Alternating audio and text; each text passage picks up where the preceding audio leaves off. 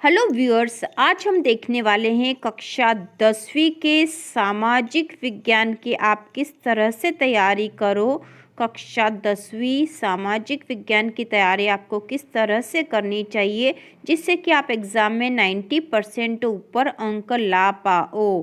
तो इसके लिए सामाजिक विज्ञान की तैयारी करने के लिए आपको ब्लूप्रिंट के आधार पर इसकी तैयारी करनी चाहिए, जो कि माध्यमिक शिक्षा मंडल मध्य प्रदेश भोपाल की तरफ से जारी किया गया है ब्लूप्रिंट 2021-22 का। और इसके आधार पर यदि आप तैयारी करोगे तो आपको याद भी कम करने पड़ेंगे, आपका सिलेबस भी इतना बड़ा आपको नहीं लगेगा। आपको हर अध्याय में से पता होगा कि इस अध्याय में से हमें लघु उत्तरीय प्रश्न याद करना है या दीर्घ उत्तरीय प्रश्न याद करना है या फिर केवल ऑब्जेक्टिव क्वेश्चन ही करने हैं।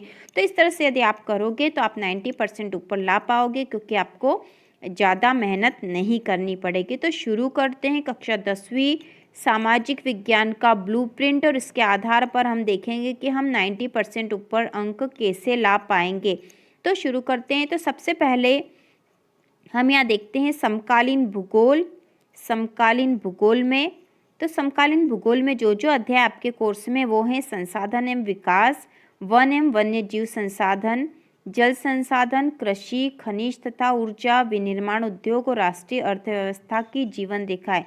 तो ये सारे अध्याय आपके कोर्स में हैं और किस अध्याय में से कितने नंबर के प्रश्न पूछे जाएंगे ये हम देख लेते हैं। भूगोल में तो भूगोल का जो अध्याय 1 है आपका संसाधन एवं विकास, इसमें से कुल 4 अंक के प्रश्न पूछे जाएंगे। 4 अंक इस अध्याय के लिए आवंटित किए गए हैं और इसमें से 2 प्रश्न जो हैं वस्तुनिष्ठ प्रश्न होंगे, मतलब एक एक नंबर के 2 प्रश्न पूछे जाएंगे और एक प्रश्न 2 नंबर का पूछा जाएगा। मतलब इस अध्याय में से आपको 3 और 4 अंक वाले मतलब दीर्घ उत्तरीय प्रश्न याद नहीं करना है।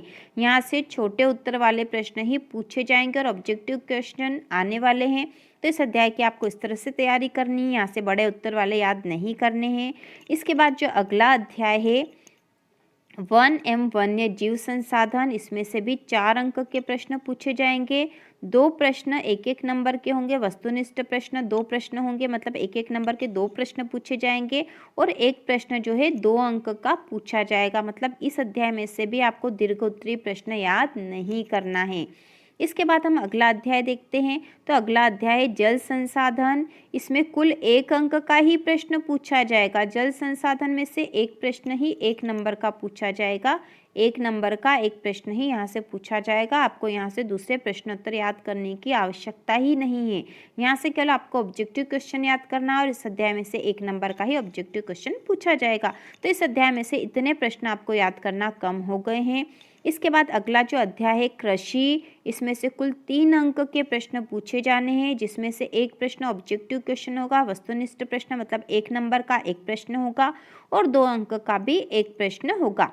और इस अध्याय में से भी आपको दीर्घ उत्तरीय प्रश्न याद नहीं करना है, क्योंकि 2 नंबर का ही एक प्रश्न यहाँ से आने वाला है और एक प्रश्न ऑब्जेक्टिव होने वाला है। इसके बाद जो अगला अध्याय है खनिज तथा ऊर्जा संसाधन, तो इसमें कुल अंक जो आवंटित है वो 8 अंक है, जो कि बहुत ही महत्वपूर्ण है। बहुत ही महत्वपूर्ण है ये 8 अंक आपके लिए।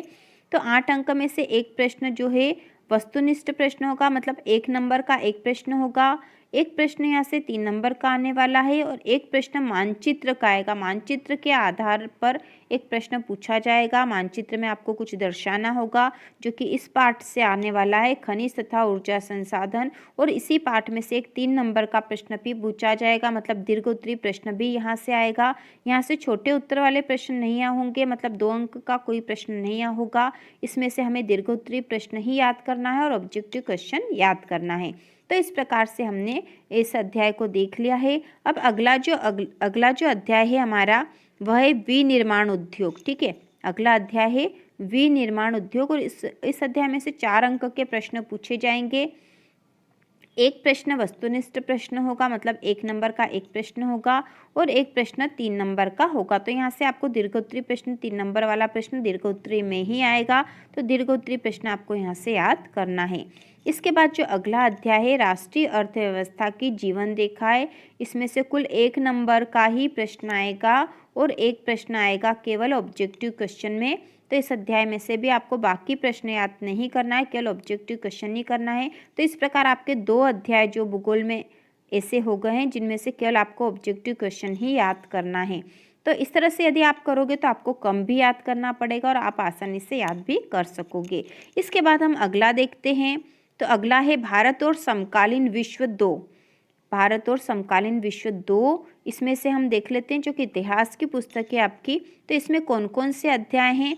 तो इसमें जो जो अध्याय हैं वो हैं यूरोप में राष्ट्रवाद का उदय, भारत में राष्ट्रवाद, भूमंडलीकृत विश्व का बनना, औद्योगिकरण का युग, मुद्रण संस्कृति और आधुनिक दुनिया। तो ये इतने पार्ट आपके हैं आपके समकालीन विश्व में। तो सबसे पहले हम देख लेते हैं अध्याय जो इसका एक है, यूरोप में राष्ट्रवाद का उदय। इसमें से 2 अंक के प्रश्न पूछे जाएंगे और दोनों ही प्रश्न ऑब्जेक्टिव क्वेश्चन होंगे, मतलब 1-1 नंबर के 2 प्रश्न होंगे। इसमें से बाकी प्रश्न हमें याद नहीं करना है।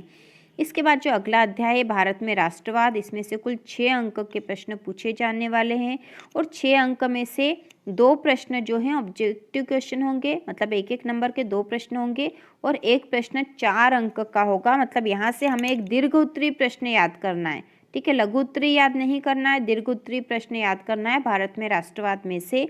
इसके बाद अगला जो है भूमंडलीकृत विश्व का बनना, इसमें से एक ही प्रश्न आएगा जो कि 1 नंबर का एक प्रश्न ही होगा। बाकी क्वेश्चन हमें यहाँ से याद नहीं करना है। तो इस प्रकार 2 अध्याय आपके ऐसे हो गए जहाँ से आपको दूसरे प्रश्न याद नहीं करना है, केवल ऑब्जेक्टिव क्वेश्चन ही याद करना है। इसके बाद जो अगला अध्याय है औद्योगिकरण का युग, इसमें से कुल 7 अंक के प्रश्न पूछे जाएंगे। तो ये अध्याय भी बहुत महत्वपूर्ण है। इसमें 2 प्रश्न जो है वस्तुनिष्ठ प्रश्न होंगे, मतलब 1-1 नंबर के 2 प्रश्न यहाँ से पूछे जाएंगे। एक प्रश्न 2 नंबर का होगा और एक प्रश्न 3 नंबर का होगा। तो यहाँ से हमें दीर्घ उत्तरीय लघु उत्तरीय दोनों ही याद करने होंगे औद्योगिकरण का युग में से। इसके बाद अगला अध्याय मुद्रण संस्कृति और आधुनिक दुनिया, इसमें से 4 अंक के प्रश्न पूछे जाएंगे। 2 प्रश्न ऑब्जेक्टिव क्वेश्चन होंगे, मतलब 1-1 नंबर के 2 प्रश्न होंगे और एक प्रश्न 2 नंबर का आने वाला है इस अध्याय में से। तो यहाँ से हमें 2 अंक वाला एक प्रश्न याद करना है और बाकी ऑब्जेक्टिव क्वेश्चन करने हैं। इसके बाद हम अगला देखेंगे लोकतांत्रिक राजनीति 2, जो कि आपकी राजनीति विज्ञान की पुस्तक है। इसमें से जो जो अध्याय आपके एग्जाम में आएंगे वो है सत्ता की साझेदारी, संघवाद, लोकतंत्र और विविधता, जाति धर्म और लैंगिक मसले, जन संघर्ष और आंदोलन, राजनीति दल, लोकतंत्र के परिणाम, लोकतंत्र की चुनौतियाँ। तो हम देख लेते हैं इन अध्याय में से कितने कितने अंक के प्रश्न आने वाले और उसी के आधार पर हमें तैयारी करनी है। तो इसमें जो पहला जो पाठ जो पहला है सत्ता की साझेदारी, इसमें से कुल 2 अंक के प्रश्न आएंगे और दोनों ही प्रश्न ऑब्जेक्टिव क्वेश्चन होंगे, मतलब 1-1 नंबर वाले 2 प्रश्न यहाँ से पूछे जाएंगे। इसमें से हमें बाकी क्वेश्चन कुछ भी याद नहीं करना है, हमें केवल ऑब्जेक्टिव क्वेश्चन की ही तैयारी यहाँ से करनी है। इसके बाद जो अगला पाठ है संघवाद, इसमें से एक प्रश्न ही आएगा जो कि 1 नंबर का होगा ऑब्जेक्टिव क्वेश्चन। तो इस अध्याय में से भी हमें बाकी प्रश्न याद नहीं करने, इन दोनों अध्याय में से कल ऑब्जेक्टिव क्वेश्चन ही तैयार करने हैं और ऑब्जेक्टिव क्वेश्चन के वीडियो बहुत जल्द ही चैनल पर आने वाले हैं जिससे कि आप एग्जाम की तैयारी अच्छे से कर सको।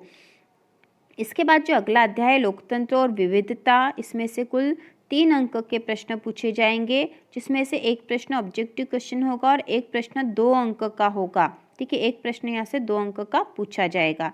इसके बाद जो अगला अध्याय है जाति धर्म और लैंगिक मसले, इसमें से कुल 1 नंबर का ही प्रश्न होगा जो कि ऑब्जेक्टिव क्वेश्चन होगा। इसके बाद अगला है, तो इसमें से आपको बाकी कोई भी क्वेश्चन याद नहीं करना है। इसके बाद जो अगला अध्याय है जनसंघर्ष और आंदोलन, इसमें से भी 1 नंबर का ही प्रश्न होगा जो कि ऑब्जेक्टिव क्वेश्चन होगा और इस अध्याय में से भी आपको बाकी कोई क्वेश्चन याद नहीं करने। तो इस प्रकार इतने अध्याय में से आपको प्रश्नोत्तर याद करने की जरूरत नहीं है, केवल ऑब्जेक्टिव क्वेश्चन ही आपको याद करने इन 4 अध्याय में से। इसके बाद अगला है राजनीतिक दल और यह 4 अंक का पाठ है, जिसमें से एक प्रश्न ऑब्जेक्टिव क्वेश्चन होगा और एक प्रश्न यहाँ पर 3 अंक का पूछा जाएगा, मतलब यहाँ से आपको एक दीर्घ उत्तरीय प्रश्न याद करना है राजनीतिक दल में से। इसके बाद जो अगला है लोकतंत्र के परिणाम, इसमें से 3 अंक के प्रश्न पूछे जाएंगे, एक प्रश्न ऑब्जेक्टिव क्वेश्चन होगा और एक प्रश्न 2 अंक का यहाँ से होगा, 2 अंक का एक प्रश्न यहाँ से पूछा जाएगा। इसके बाद अगला अध्याय है लोकतंत्र की चुनौतियाँ, इसमें से 5 अंक के प्रश्न पूछे जाएंगे, एक प्रश्न ऑब्जेक्टिव क्वेश्चन होगा और एक प्रश्न 4 अंक का होना है, मतलब यहाँ से आपको एक दीर्घ उत्तरीय प्रश्न याद करना है लोकतंत्र की चुनौतियाँ वाले पाठ में से। इसके बाद जो अगला है, तो अगला जो आज्ञा है वह आज्ञा है आर्थिक विकास की समझ, जो कि अर्थव्यवस्था की पुस्तक है, इसमें से हम देखेंगे। तो इसमें से जो जो पार्ट आपके कोर्स में वो है विकास, भारतीय अर्थव्यवस्था के क्षेत्रक, मुद्रा और साख, वैश्वीकरण और भारतीय अर्थव्यवस्था, उपभोक्ता का अधिकार। तो इनमें से हम देख लेते हैं कि हमें कौन कौन से क्वेश्चन याद करने हैं। तो सबसे पहला जो पाठ है विकास, इसमें से एक ही प्रश्न पूछा जाएगा, 1 नंबर का एक ही प्रश्न यहाँ से आएगा। तो यहाँ से हमें बाकी कुछ क्वेश्चन याद नहीं करने हैं। इसके बाद जो अगला है भारतीय अर्थव्यवस्था के क्षेत्रक, इसमें से भी 1 नंबर का ही एक प्रश्न पूछा जाएगा। ठीक है, 1 नंबर का एक प्रश्न पूछा जाएगा, बाकी क्वेश्चन हमें कुछ भी याद नहीं करना है इन दोनों पार्ट में से। अगला है मुद्रा और साख, इसमें से 3 नंबर के प्रश्न पूछे जाएंगे और एक प्रश्न जो है ऑब्जेक्टिव क्वेश्चन होगा और एक प्रश्न यहाँ पे से 2 नंबर का पूछा जाएगा।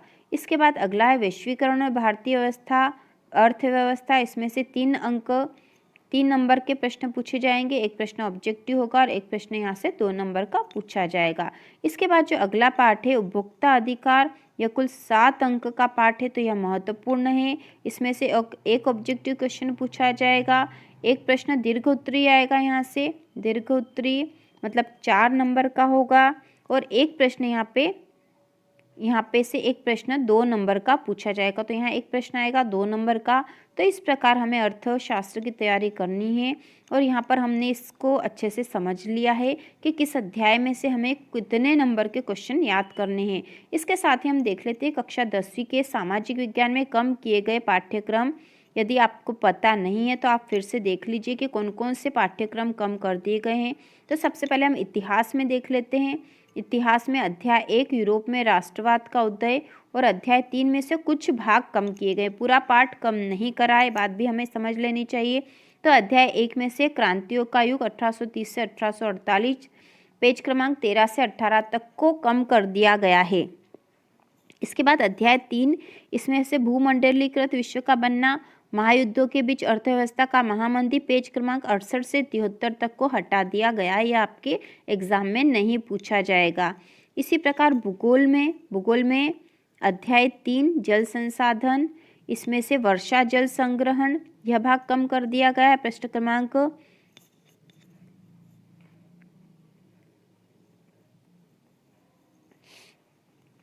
इसी प्रकार है अध्याय 3 जल संसाधन, इसमें से वर्षा जल संग्रहण वाला भाग पृष्ठ क्रमांक 31 से 34 तक कम कर दिया गया है। और इसके बाद अध्याय 4 कृषि में से विनिर्माण उद्योग और राष्ट्रीय अर्थव्यवस्था की जीवन रेखाएं में से भी कुछ भाग कम कर दिया गया है। तो विनिर्माण उद्योग में से प्रौद्योगिकी और संसाधन सुधार कम कर दिया गया है, जिसका पेज क्रमांक है 45 से 49। और राष्ट्रीय अर्थव्यवस्था की जीवन रेखाएं में से जो कम किया गया एल्यूमिनियम प्रगलन उद्योग से सूचना प्रौद्योगिकी उद्योग तक 76 से 78 तक कम कर दिया गया है। और अंतर्राष्ट्रीय व्यापार जो पृष्ठ क्रमांक 94 पे है, यह भी कोर्स कम कर दिया गया है। इसके बाद हम देख लेते हैं राजनीति में से। तो राजनीति में से जो कम कर दिया गया है वो है, सबसे पहले जो अध्याय 1 है सत्ता की साझेदारी, इसमें से खलील की उलझन, यह हटा दिया गया है। अध्याय 2 में से सत्ता की साझेदारी के रूप हटा दिए गए हैं। संघवाद में से भारत में विकेंद्रीकरण कोर्स में नहीं आएगा। उसी प्रकार अध्याय 8 में से ब्राजील का एक प्रयोग हटा दिया गया है। और लोकतंत्र की चुनौतियां में से राजनीति को सुधारना और लोकतंत्र की पुनर्परिभाषा आपके कोर्स से हटा दिया गया है। इसी प्रकार अर्थशास्त्र में हम देख लेंगे इसमें अध्याय जो 4 है वैश्वीकरण और भारतीय अर्थव्यवस्था, इसमें से जो कोर्स में से हटा दिया गया है वह है विश्व व्यापार संगठन न्याय संगत वैश्वीकरण के लिए संघर्ष। तो यह कोर्स में नहीं पूछा जाएगा। तो ये आपको पता ही होगा कि आपके कोर्स में से क्या क्या भाग हटा दिया गया है। यदि नहीं पता तो अभी आप निशान लगा लीजिए। और यहाँ पर एक महत्वपूर्ण चीज़ जो हमें देखनी है कि आपका जो 80 नंबर का पेपर होगा